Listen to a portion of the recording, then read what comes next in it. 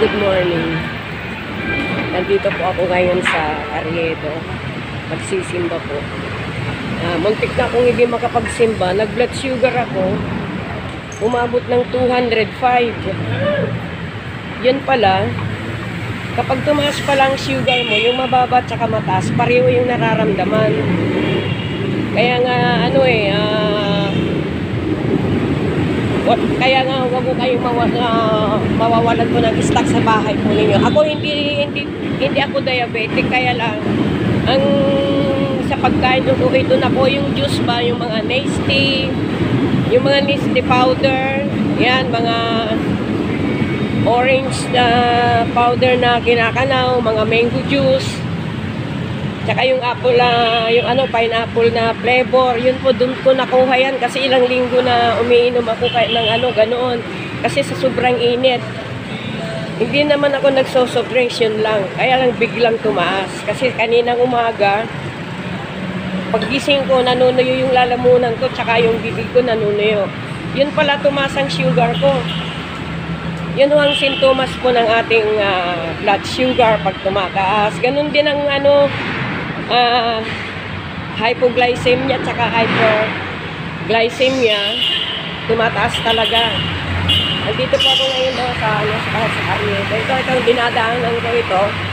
Papunta po doon sa simbahan ko ng Quiapo.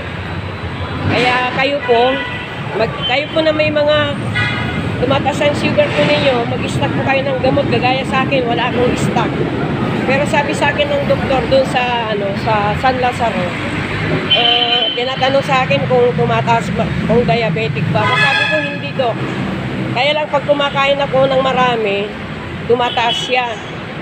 Kaya sabi sa akin ng doktor na once a day na lang ang pag-inom ko ng metformin. Hindi naman siya branded, kundi yung lang, generic lang. Yan, papasok na po ako dito sa Carriedo po para magsimba. Wala pa po ang mga vendors ngayon dito sa magkabilaan kasi maaga pa. Medyo malinis pa po dito sa magkabilaang karsada.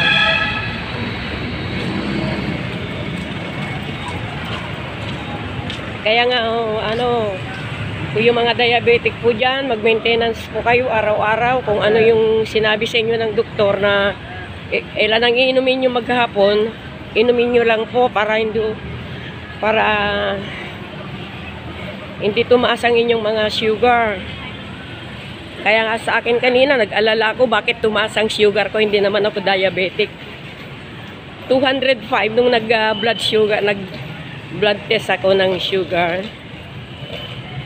O, gayon na lang gawin po ninyo. Tsaka bawas lang po ng kain. Ako naman, hindi naman ako kumakain ng maraming kanin. Kaya lang ang nasubrahan ko yung Nasty ba. Siyempre malamig.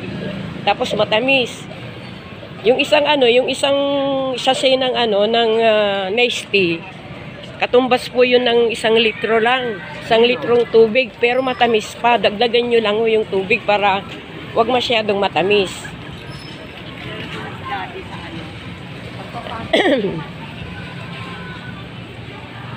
Ito na.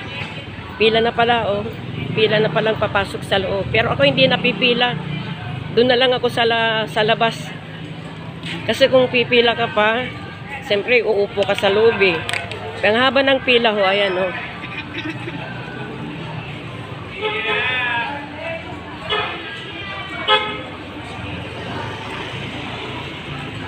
both sides po wala pang vendors.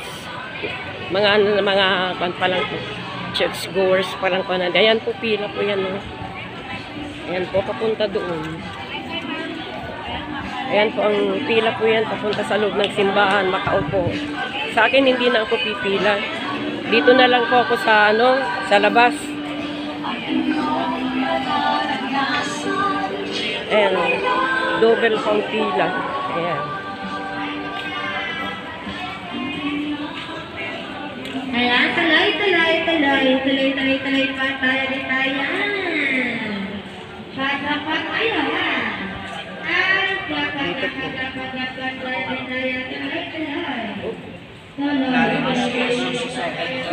Ayan po. Pila po yan papunta sa loob. Pagkatapos po yung mass na yan, siyempre maraming lalabas. Ito naman ngayon po ang ano, sila naman po ang ano, ang, ayan o. Patapos na po yung ano. Ayan, tamang-tama. Patapos na po yung mass na yan. Dito na lang ako sa labas kaya hindi na po ako pumili. Ayan.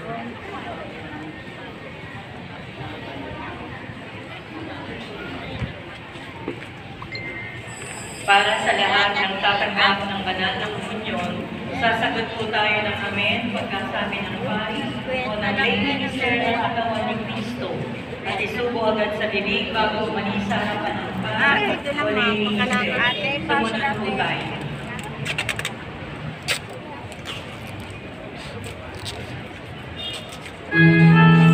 Bye. See you in my next video. Please subscribe, likes, and share. Bye-bye po.